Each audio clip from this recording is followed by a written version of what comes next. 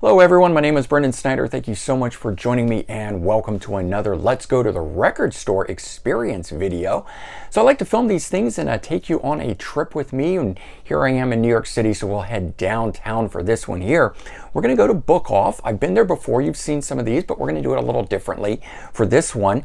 We will head down to Midtown this time. We'll be around the Rockefeller Center area over by St. Patrick's Cathedral, and you'll get to see a bunch of other cool classic New York structures as we head down before going in. And then I'll show you all the different stuff with inside the store. This place, BookOff, which is located at 49 West 45th Street here in Manhattan. If you're ever in the area, do check it out. But it's got walls of CDs like this behind me, so it's very cool, totally worth checking out. And apparently, big on the East Coast, West Coast, but really well known in Japan. I'm hearing this from a lot of people that these are, different locations and whatnot. I never knew of this place, and apparently they are opening a new one in Brooklyn very soon, so I may have to head out there and see what content they've got different than this one. But for now, we are going to visit the one in Manhattan. So come with me, join me as we head downtown to BookOff for another record store experience video. And uptown, local 6, train to Menlo Park 1 and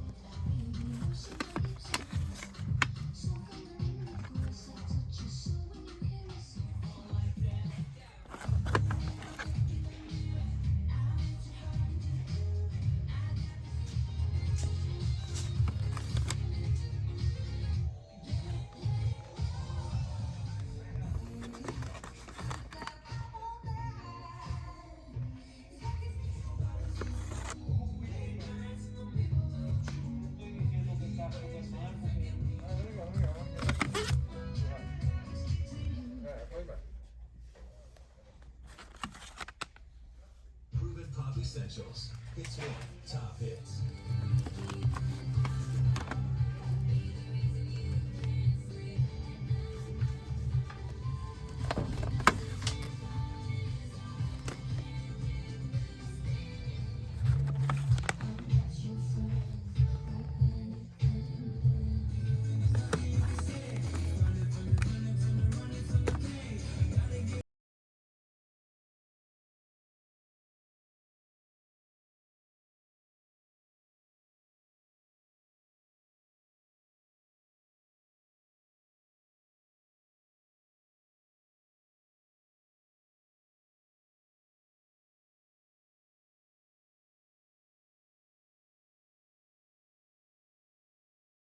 Pop that matters. Hits one, top hits. Your words up on the phone, you're playing from my phone, and the laughter in the halls, and the names that I've been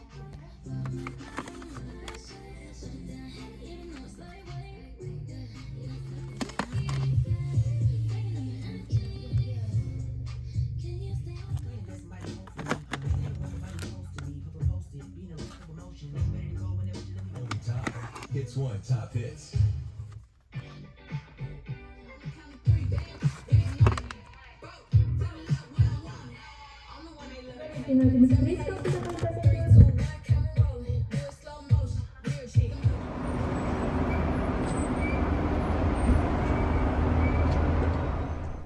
All right, so we're back. I hope you guys enjoyed that record store experience video at BookOff, located at 49 West 45th Street here in Manhattan.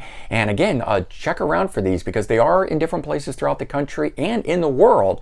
So if you guys find a BookOff, they're fantastic. I mean, walls and walls of CDs. Can't believe it. I hope they continue with that for a long time. But I did get some loot, and I thought we would go through it here and I'd talk about it. And I made out pretty well. I mean, I didn't get as much as I normally do. I mean, sometimes I come back and I show you guys and I get 8 to 12 CDs or something. We just got 4 today, but we got 4 really good ones in my opinion. So first one up was a really big score for me, one that I've never seen used and always kind of in the back of my mind. Never wanted to pay the high prices for it, and so I finally found it. Vinnie Moore, Meltdown, 1991 album, Relativity Records. I remember seeing the Meltdown title track on Headbangers Ball. I just loved this.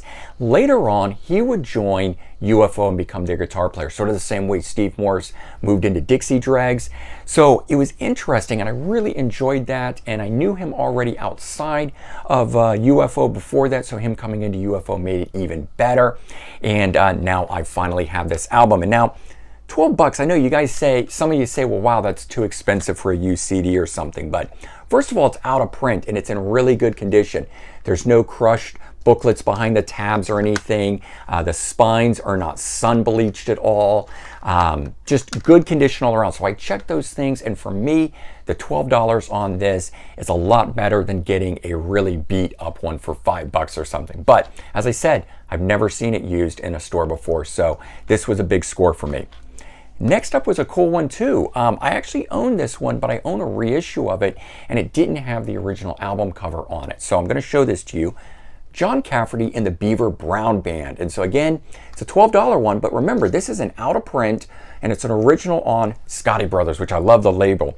But if the name of the band isn't familiar to you, do you remember Eddie and the Cruiser, the movie? Right? Eddie and the Cruisers. They made 2 movies, and that music was performed by and written by a real band. John Cafferty and the Beaver Brown Band. So if you liked that, you're gonna like their not solo stuff, but non-music soundtrack album stuff. And this stuff's really good. So like I said, I had a reissue of it, and they basically promoted it as Eddie and the Cruisers. That was the name it was under. It had a picture of the actor on the cover, and then just all redone. And I didn't like that. I wanted what was on the original vinyl version of it, which looks like this. So this album, Roadhouse, really cool. Year on this is 1988, and basically if you like Bruce Springsteen from the 80s, you're really gonna like this. That was their sound on that particular album. Now, a couple months back, you guys saw I was having a 1960s era kick, going through all those bands, and I was really enjoying it. One of the bands that I love out of that era is, in fact, the band Love. And when I was listening to, I've got like their first, I believe it's their first and third album, and I did not have their second album. I believe this is the second album, Da Capo. You can correct me if I'm wrong. And I looked up for it, and it was out of print, and I couldn't get it. And so I found one. $5, so very good deal. Now I think most of you would agree a $5 used CD is the right price. But again, this one here, very good condition. Not any crimps or anything of that nature on it. It's an original Elektra Records. It's not some obscure pressing or thing like that. So again, I look for those things. Those things sort of matter to me. Now, here's one that maybe you wouldn't expect I would be listening to, but this artist I've been thinking about recently. It's been on my mind, and different songs that this performer did here have turned up in other places, so I've known them. And in addition to, my mom originally had this artist, and as she would take me around to record stores and things of that nature, in 1989, we were listening to Cher, Heart of Stone. So my mom was a big fan of this album, and I did enjoy this at the time. I remember listening to it with her and actually liking certain songs off of here.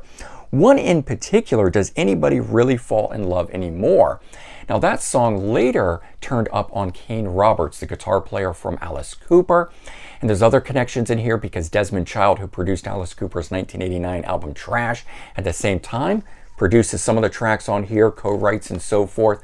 But that song is written by John Bon Jovi, Richie Sambora, Desmond Child, Diane Warren. I mean, what kind of a crazy writing team is that? But amazing stuff. And so this album I was just listening to, and of course it has the really big hit on here, If I Could Turn Back Time. And I did love that. I remember having that as a cassette single myself, which might have been what got my mom into it. I can't really remember which direction that went, but she eventually had the album and I enjoyed it, so we shared that.